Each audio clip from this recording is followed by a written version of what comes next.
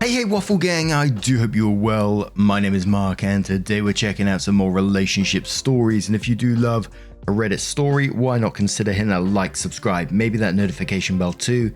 Let's crack on with today's first story, which comes from Throwaway Baby Name and says, am I the arsehole for breaking my fiance's family tradition by naming my son what I wanted? Throwaway because I have in-laws on Reddit. Myself, 25 female, and my fiance, 27 male, have a 2-month-old son. We are overjoyed at being parents, but most of my in-laws are refusing to even see our baby because of a decision we made concerning his name. My in-laws have a tradition of giving the firstborn son of every generation the same name. Let's say it's Peter. This has been going on for about 7 generations already, and they are very serious about it. My fiance's eldest cousin was the latest person to get named Peter. Every one of his cousins has only had daughters so far, so our baby is the first son of his generation, and consequently should get the name.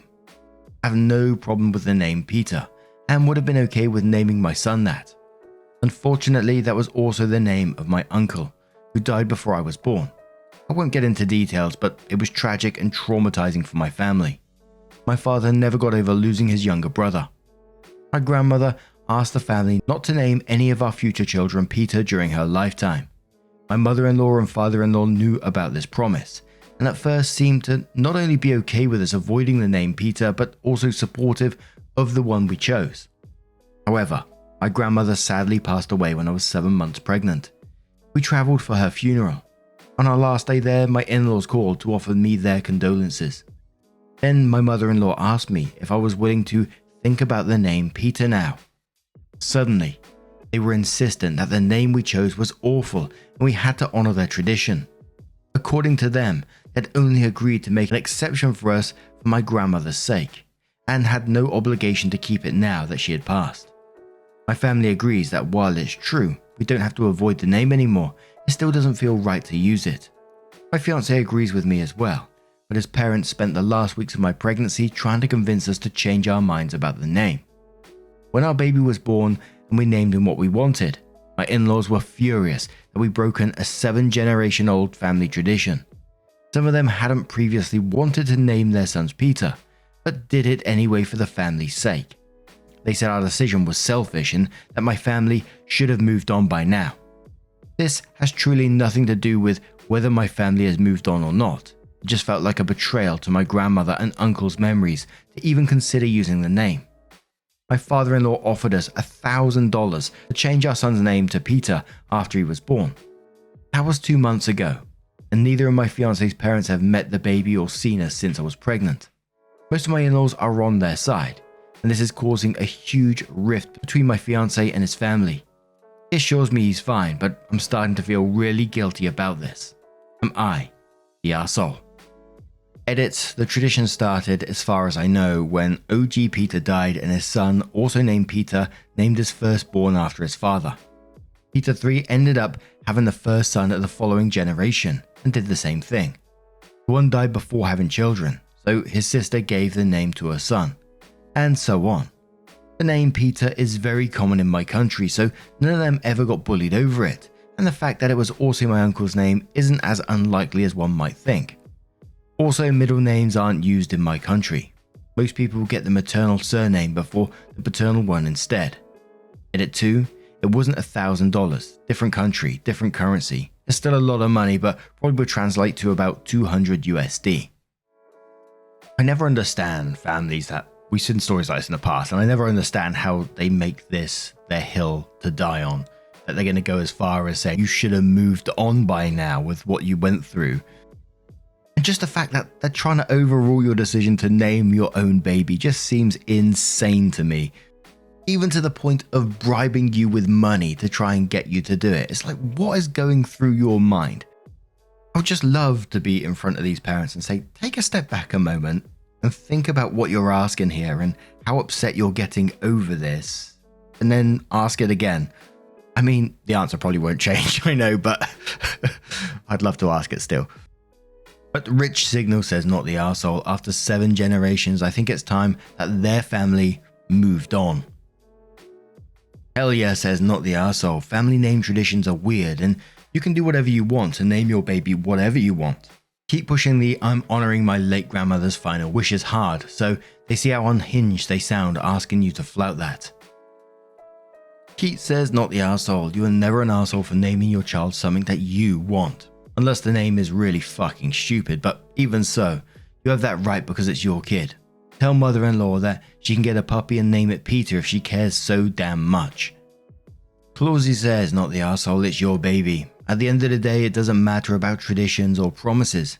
If you and your fiancé don't want to name your son something for any reason under the sun, you're not obliged to. As for your guilt, the only thing that comes to mind is something my therapist once told me. You're only responsible for your own actions and decisions. His family is making their individual and collective decisions to literally shun their own flesh and blood rather than forsake a tradition. That's not on you, your fiancé, or your son. You also need to trust your fiancé when he says not to worry. He's doing what's right and choosing to stand by his future wife and your son. All you can do is support him through his decision. I hope your in-laws open their eyes soon so that your son can have them in his life. It would be a shame for them to waste such precious time with him over something so incredibly silly in the grand scheme of things. Wonderful Lie says Not the Arsehole. The name has been used enough. Not everyone needs the same name. Names are so important to one's identity. What if there's more boys born into the family and are given that name? The same name takes away the individualism. There's another Reddit post similar to this where they had like 8 living male relatives with the same first and middle name. That user said it caused so much confusion for him growing up, in close age to a cousin he went to school with. Some traditions shouldn't be carried on. Repeating names is one of them. I think I remember that story as well. So OP did come in with an update and said thank you so much to everyone who commented and offered support. A lot has happened since I posted, so I thought I'd give you an update. About a week after my post, my fiance's parents contacted us. They apologized for their behavior and begged to meet my son. They said they were ready to leave the naming debacle behind and truly wanted to be involved in their grandson's life. We were skeptical, but invited them over to meet the baby. The visit went well. They began coming over almost every day during the next 3 weeks. I noticed neither of them ever called my son by his name, but I didn't point it out. For the first time in months, things seemed to be good between my fiancé and his parents. One day, my fiancé was helping my father-in-law with something at our place, so my mother-in-law and I went to the park with my baby. Sometime later, I had to go to the bathroom, so I left him in the stroller with her. When I got back, she was sitting on a park bench chatting with a woman who was cooing over my son. I went over there and introduced myself as son's name's mum, and she said, I thought his name was Peter. I didn't say a word, and neither did my mother-in-law. She followed me to the car and we went back to my apartment. On the way there, I texted my fiancé about what had happened. The moment we got there, he kicked both his parents out of our place. He read my text and confronted his father. Thankfully, my father-in-law is a terrible liar and confessed immediately. Apparently, both my in-laws only call my son Peter. That includes whenever they are talking about him, every time they introduce him to someone else, and even maybe talking to him on a few occasions they were left alone with him. Neither of them are embarrassed by this, and they both think they're in the right. We are heartbroken, especially my fiancé. Not only because his parents can't let go of their pride, but also because the name we chose for our son means a lot to us both. I blame myself for encouraging my fiancé to allow them near our son. I was raised in a different city than all of my grandparents and always wished they could have been more involved in my life. Losing my grandmother didn't help. Pretty much every doubt I had only existed because I thought it would be important for my son to grow up with all his grandparents around. But now, all my guilt is gone. If they can't respect my son enough to call him by his name, they don't deserve to be in his life. I hope they enjoyed the 3 weeks they had with their grandson, because that's all they're getting until they get their heads out of their asses. My first thought on that is that's just some unhinged behavior, and Ashley said the same. They said, yikes, are they this psychotic and unhinged about other things in life or just this one issue? To which OP replies saying, according to my fiance, they've always been a little entitled, but I never really saw them enough to be able to say that. I will say that, though they were polite, they very clearly didn't care about me until we moved in together. My mother-in-law pretended not to remember my name every time she saw me. My father-in-law would lose interest in any conversations that weren't about him. Once it was clear me and my fiancé were in for long term, they started acting a lot more friendly towards me. but it never seemed sincere. The only solution I can really think of this is just to completely cut them out. How'd you get around this? Because they've been doing this behind your back. How'd you ever trust them again with your son? I find that mad. And what was their end game in this plan? That the son was going to grow up and they were going to continue using this name, Peter, behind your back, which is only going to confuse him as he grows up, which is incredibly scary. There was loads of comments below this one with people relating to this story as well and having a similar upbringing. So I'm just going to read one from Spooky Bean Burrito, who says, "My maternal grandparents did this to me. They didn't like the name my parents gave me, decided I should be named Amanda, and then called me Amanda for years. And no, there was no family tradition. My name is nothing close to Amanda. There wasn't anyone else in my family named Amanda. It was super confusing when I was little. I'd get told off, not coming when called, or not listening when they told Amanda not to do something. When I learned to write my name for the first time, they told me I'd spelled it wrong because my name was Amanda. At least when I was little, I just assumed they didn't. I mean, I just learned to write the alphabet. Maybe they were just learning too. Or maybe it was like how I called them grandpa and grandma, but they also had different names. Maybe Amanda is like that. And then I got old enough to realize that no, they were just shitty. Eventually I refused to see them unless they called me by my name. They never did. I was nice enough to remember their names, but all I did with that info was search the obituaries every few years. Anyways, good for you. What a weird ass hill for them to die on. Now, I'm going to turn this one to you guys. If you was OP, what would you do in that situation? Let me know your thoughts down in the comments below. Let's move on to another story. Now, our next story comes from the Am I the Arsehole subreddit from PrettyFeed201 and says, "Am I the arsehole for telling my sister and her new husband that they are inconsiderate for only providing vegan options for the wedding and getting kicked out for it? I, 30 female, and my sister, 32 female, have an okay relationship. It's not the best, but it's not the worst. She met a guy named Riley, 33 male, and they hit it off so well that he proposed to her 3 months after they started dating. Our parents thought it was too sudden, but they left them alone because they're grown and can make their own decisions. Anyway, my sister and Riley have decided to go vegan. Cool, don't really care. Only issue I have is that they try to incorporate it into nearly every conversation we have.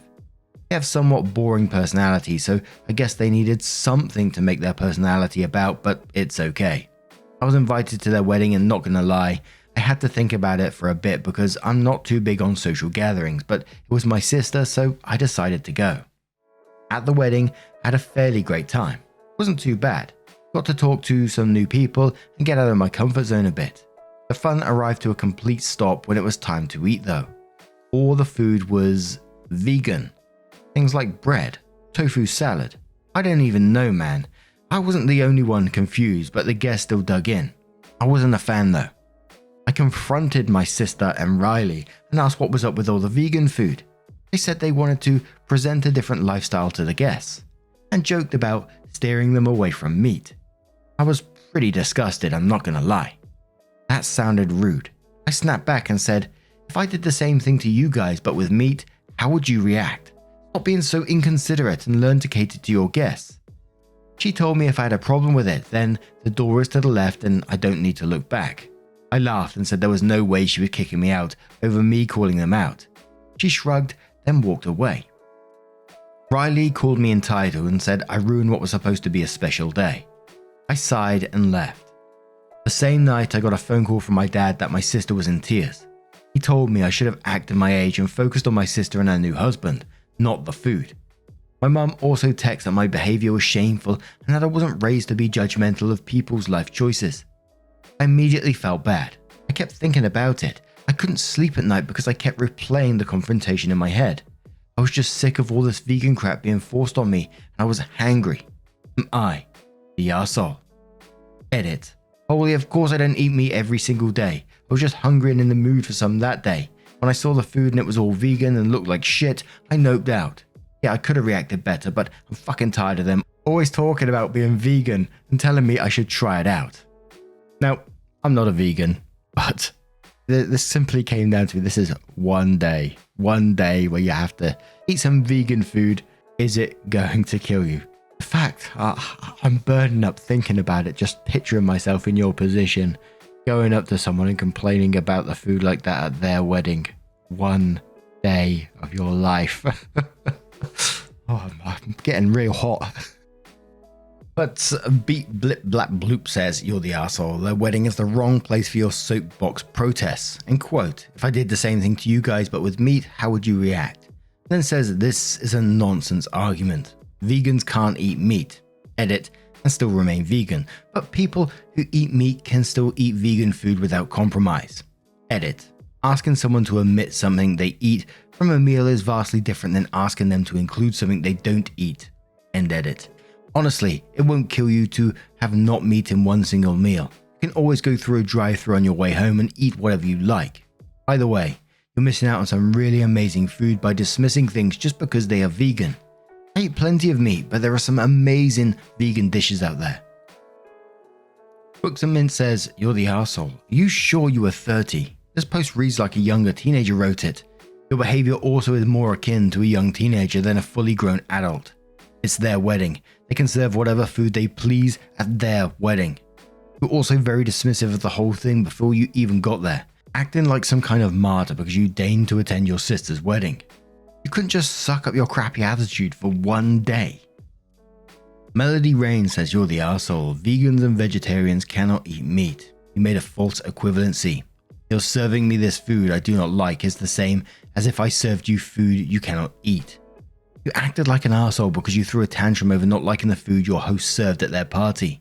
That you did so at a wedding only amplifies how much of an arsehole you were. Their wedding was not about you and shouldn't have been. And one more from Mistress Liliana who says you're the arsehole. It doesn't hurt someone that eats meat to eat a vegan meal sometimes, but it does hurt a vegan to eat meat. That's part of the difference. You could also suck it up for a wedding and grab a cheeseburger on the way home. Now, I'm going to turn this one to you guys. What do you guys make of this situation? Let me know your thoughts down in the comments below. And let's move on to another story. Now, before we do get into this next story, there is a name within this story that I've seen two different pronunciations of it. The name is Dinah, and I've seen, as I said, I've seen two. One is Dina and one is just Dinah. I'm going to go with Dina on this. Apologies if that's wrong. But this story is from Possession No 1580 and says, am I the arsehole for confronting my friend for taking our picture out of his wallet to replace it with his girlfriend's? My 22 female best friend John, 23 male, and I have been friends since we were kids. As kids, we were very close and we had a fake wedding when we were 7 and 8. In high school, we recreated the fake wedding pics and he had one of those pics in his wallet. Since he got with his girlfriend Dina, 23 female, around 2 years ago, John has distanced himself from me. We still hang out, but I feel he always makes time for Dina first instead of me. The only way I can see him now is if we go grab coffee once every few days, but other than that, he won't come to my house when we used to have sleepovers and movie nights and won't invite me to his house either. I feel neglected and hurt because we've been inseparable since we were small kids. A couple of days ago, I grabbed a coffee with him at a coffee shop, and when he opened his wallet to grab his card and pay, I noticed he'd put a pic of him and Dina in the place he had our fake wedding pic. I asked him about it and pointed out how I noticed, to which the only thing he said was, what about it? I was like, really? Why did you have to take our picture out and replace it with him and Dina?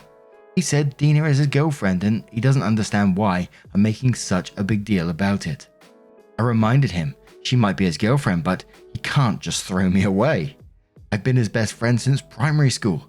My pic existed in his wallet first, and he throws it away to replace me with someone he knows significantly less.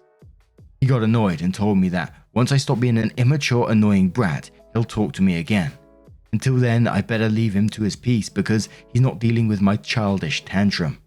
Am I the arsehole here? And it's one of those stories, and I hate to be like a sassy arsehole about it, but the fact that you wrote this post, you've probably reread this post, and at no point did you think you was an arsehole. It sort of makes me just sort of rub my head and go, oh God, what can I actually say? I guess my question back would think, why do you think your photo of you having this pretend wedding takes priority over his girlfriend? His girlfriend. And obviously this is just going to come across as pure jealousy, but Relevant Birthday says in quotes, he always makes time for Dina instead of me. And it says, wholly entitled Guacamole Batman. I could have stopped here and known you're the arsehole. You're not his wife or his girlfriend. His partner should come before you regardless of your history together. Philip Topical says you're the arsehole, and I'm not even referencing the photo. I'm referencing how you're clearly in love with your friend and jealous of his new partner. Time for therapy so you can get over this person and move on with your life. Glitter Kelly says you understand the difference between platonic and romantic relationships, right? Because you're behaving like your boyfriend is neglecting you, which is probably why your friend and his actual girlfriend decided that it was best that he didn't continue having sleepovers with you. You're the arsehole. One more comment from the Riker Maneuver, who says 1. You are not in a relationship with John. 2. Your wedding wasn't real. 3. It is beyond clear to everyone reading this post that you have feelings for John, and I'm going to wager a guess that you stomp all over his relationship boundaries, which is why he pulled back from the friendship. 4. No man in a committed relationship is going to have sleepovers with another woman. To expect that to continue to happen is ludicrous. 5. The fact that you accused him of throwing you away. Again, tells everyone reading this that you are in love with John and are jealous of his relationship with Dina. Dina is his number one priority in his life. Your friendship is no longer a priority in his life. It happens, deal with it. Not all friendships last into adulthood, and you just made it exponentially easier for him to walk away from this friendship by refusing to admit you are jealous that all the attention he used to give you now goes to someone else. You're the arsehole. Now, I'm going to turn this one to you guys. What do you guys make of this situation? Let me know your thoughts down in the comments below. Now, just a huge thank you for being here today, getting involved in the stories. Your love, your support, your time always means the absolute world to me. So thank you so much for being involved. And hopefully, I will see you in the next one. Take care and much love.